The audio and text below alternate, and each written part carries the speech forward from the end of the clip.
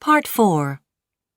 You will hear part of a lecture on the subject of why living in the city may be better for the environment than living in rural areas. First, you have some time to look at questions 31 to 40.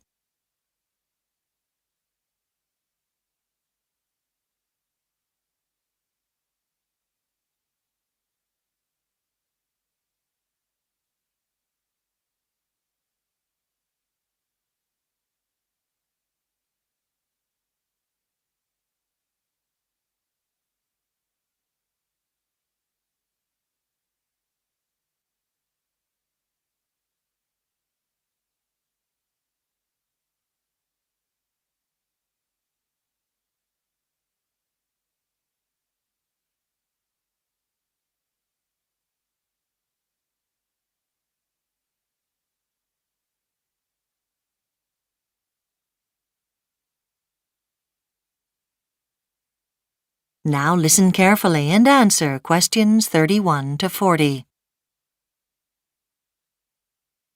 Good morning, everyone. Today we're looking at urban migration, the movement of people migrating from outside cities into cities. I think it's easy to jump to the conclusion that a rural lifestyle is greener. However, recent studies have suggested otherwise. First of all, if we take the land area of the Earth, the proportion that cities take up is a mere 3%, and these same cities actually produce 30 to 40% of the carbon that is released into the atmosphere, a lower amount than the 60 to 70% from non-urban areas. Anyway, let's imagine that most people decide to migrate to the city. What kind of impact would that have? For a start, this movement of people from the countryside should lift the pressure of intensive agriculture from the land, allowing forests to regenerate. Another point in favour of urban migration is that it can be far more energy efficient if services are concentrated in the city, for example. This is true for electricity and, as you can imagine, water. Then, once you remember that rural communities are often very spread out, you can see yet another green reason to live in the city. Rural citizens rely on the car to make their journeys far more than city dwellers, who have other more environmentally friendly forms of transport that they can use, such as buses and trains. The journeys tend to be shorter too.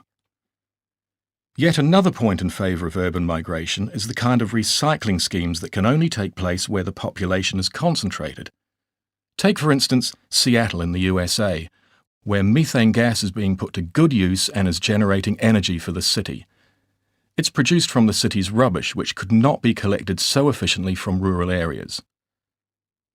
Now, another factor that threatens the environment is the growing world population. It's estimated that 75 million babies are now born every year, and in some countries the birth rate shows no signs of slowing down. Urban migration may provide an answer here. Now, in cities, one of the reasons that women tend to have fewer children is that they get married later and start their families later. And the reason for this is that it's far easier to find a job, and once you have one, to get a promotion. So yes, the focus isn't on bearing children.